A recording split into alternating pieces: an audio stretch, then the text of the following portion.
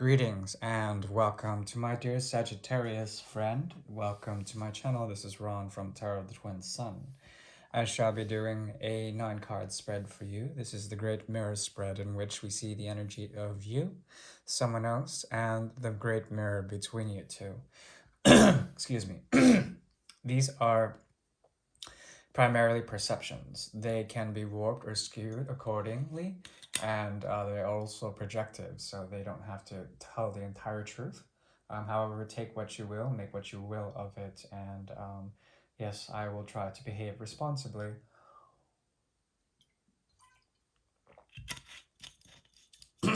Excuse me.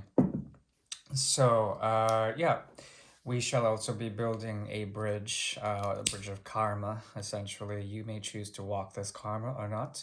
You can also burn it. You don't have to walk every bridge. Some bridges can be burned or blown up. So just, we'll take a look at the action, the underscoring action of the situation.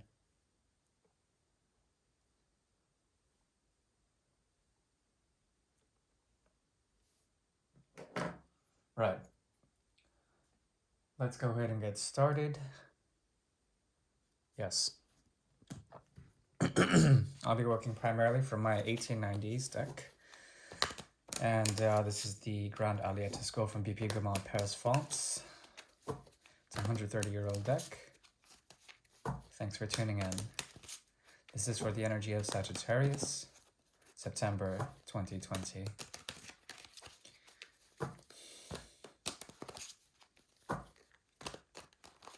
So we're eclipsing, essentially, excuse me, the final stages of the self.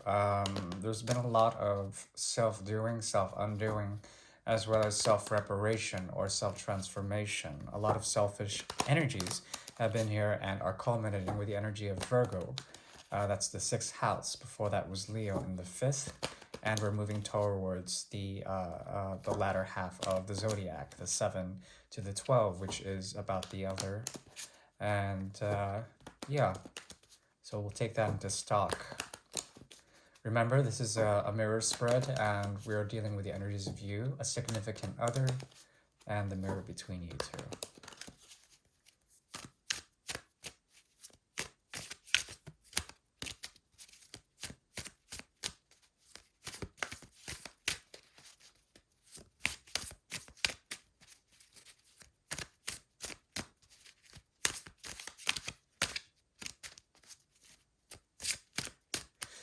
Yes.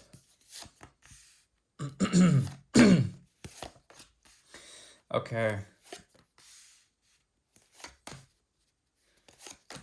Okay, it seems to me you've learned something from this connection, and you're a bit in a step ahead in this connection with the object of your affection. There is a great deal of projection going on, and a sort of understanding about the notions of desire. If you do have astrological information about this person, I would recommend going into the language between the North and the South node. This could have a great deal of karma affecting the path work between you two, or perhaps there's something flipped or reciprocal in a certain way. In the soul connection, you have the 9 of Pentacles in reverse. And as you can see, there is the North node here, but in actuality, it's the South node, and therefore, in the reverse, it's the North node. There's a flipping here having to do with the transference of the Moon and Mercury combined, okay, in close conjunction. This elliptical, very small that it is, has to do essentially with the union between intellectual concepts, communications, as well as short-term memory and emotional aspects, especially deep slivers of light or information that come through the energy of Mercury, okay? So there is harmony between the emotions and how these carry some form of emotional intellect, okay? And this has to do with the 9 of Pentacles, once again, in the reverse. So there are messages coming in, but you're not getting them, or perhaps your essence, your core essence is behaving in that responsible way, having to do with emotional intensity or emotional intelligence. But these are sort of neurological, they're just mappings, and they're a type of programming that is having to do with essentially the feeling that you are at one with your body, especially at one with the aspects of the North and the South Node dance. Okay. Um, Meaning that there's something about you that is diving into the past here. Okay. And it's doing so with the help of the moon, especially the crescent moon and the conjunction with Mercury. Okay. 69 is also here. Cancer is here. Um, uh, Meaning that there's some form of illusion or perhaps some sort of emotional intensity that is not really understood. And it comes like flashes of emotional information, ripples that come from the past life, or that sort of, because you're looking for something like that in this connection, it feels like that's what it is. So the Nine of Pentacles in reverse. They have the Eight of Pentacles in the upright, okay? Uh, the North Node also shows up here, okay? And so does the composition of Mercury and, excuse me, Mercury and the Moon. Mercury and the Moon, Mercury and the Moon, the elliptical, okay? There's something about this that has to do with hard work in finding some sort of retribution and understanding why there are separate paths, or perhaps why there might be some sort of projection onto the way the desire is formed in a basic level, and how it's sort of created, how it's bridged. There's something here about the desires of having, say, some sort of committed, reality-based sort of connection, okay? And it's the driving force here, but I think you're a step ahead, but perhaps prematurely. Your actions and your thoughts are for the expression of this connection. There's not so much, but they're working hard on something in the connection. I think could be long term here. Mm. There is also a possibility there's a hidden beginning of union here on the soul level with the card of the lovers here. The Hierophant is also here blessing the union through some form of officiation, marriage. However, it's union as opposed to marriage here because it's in reverse. So that means that there is some sort of sacred connection that cannot be formulated or structured accordingly with the the base fundament of Taurus, meaning that the connection is a bit more of the opposite of that, which is scorpionic. It has to do with dissolution, revival, renewal, okay? I think this is a very strong connection that you have, my dear Sagittarius. And it has to do with also the ability to live according to your own core philosophies that have to do with the desires of certain things and how these are based in solemnity and in purity, okay? At least on your end. We will go to an extended to understand more of the complexity of the soul connection here. That will be available later. For now, the bridge is emerging. Okay, very interesting.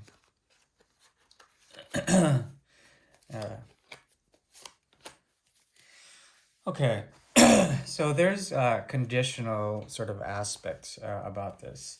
Conditional meaning that there is something about the nature of the love that exists here that has to do with interplay as well as gameplay. You have here on the further side La Prudence, which is the Hanged Man. As you can see, the woman is, it's a very curious, esoteric hanged man. She is providing a leg, and this leg essentially is tempting the venom of the snake. She knows what she's doing. Virgo is strong here, as well as Pisces. That access has to do with knowledge, of knowing through the unknowing, as well as spiritual knowledge, inclusivity, expansion of knowledge. As well, there is a type of gatekeeping with the 6th and the 12th house activated here. Okay. Meaning that there is something about the situation that has to do with desire, also bringing in sort of emotional or ripples that have to do with toxic or forms of intoxication, and then release after that. So purging, in a way.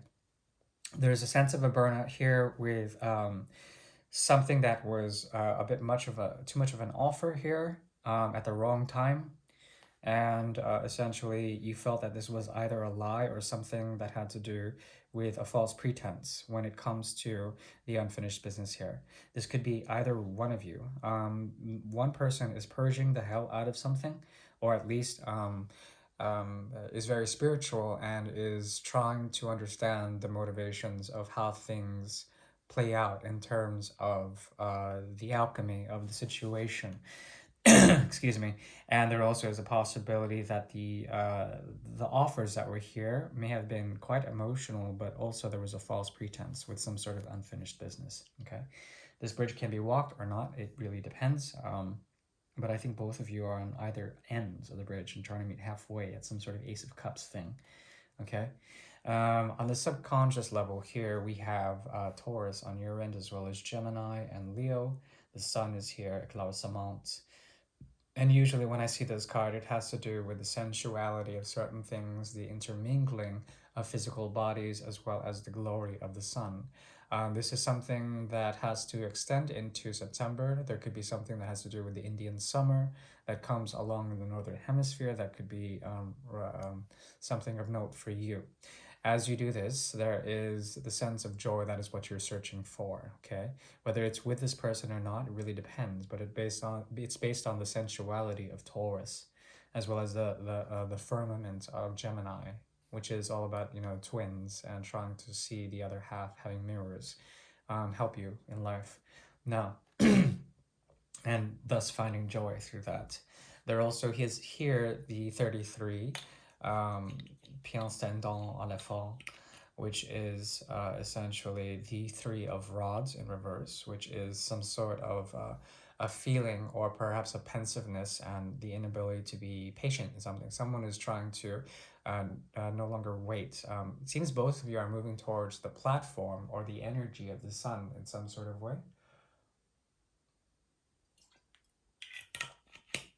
Leo season is strong, and the energy that is acclimated with the sun is now being expended in some sort of way through a type of naissance here with the Ace of Rods in reverse. There is a contribution towards this 3 of Rods, which leads to the 4 of Rods. Foundational structures, platforms are being built here that have to do with the co-creation of desire, the fire that fuels the situation. Okay, now I think they're really bringing this into be. This person is working hard at something in this connection, something that they so desire, but the illusions may be strong and the patience is very weak here. There's not enough of the patience. But there's a sense that they're coming to a form of prosperity.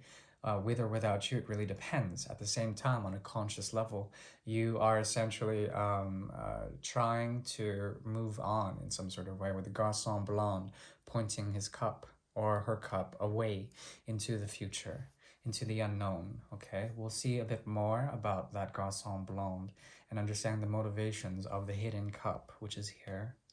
It could be that you've gained something here, but at the same time, it's at the expense at the end of a cycle. Because of the 4 of Rods and the 3 of Rods in the reverse, there is a feeling that the challenge is no longer being met, yet still, there's still some sort of deep commitment when it comes to the North Node, as well as the South Node inversion here. That has to do with a strong sense of detachment, but also illusion and abandonment cropping up very strong. Thus, manque d'ordre is here, which has to do with the sense of order in disorder.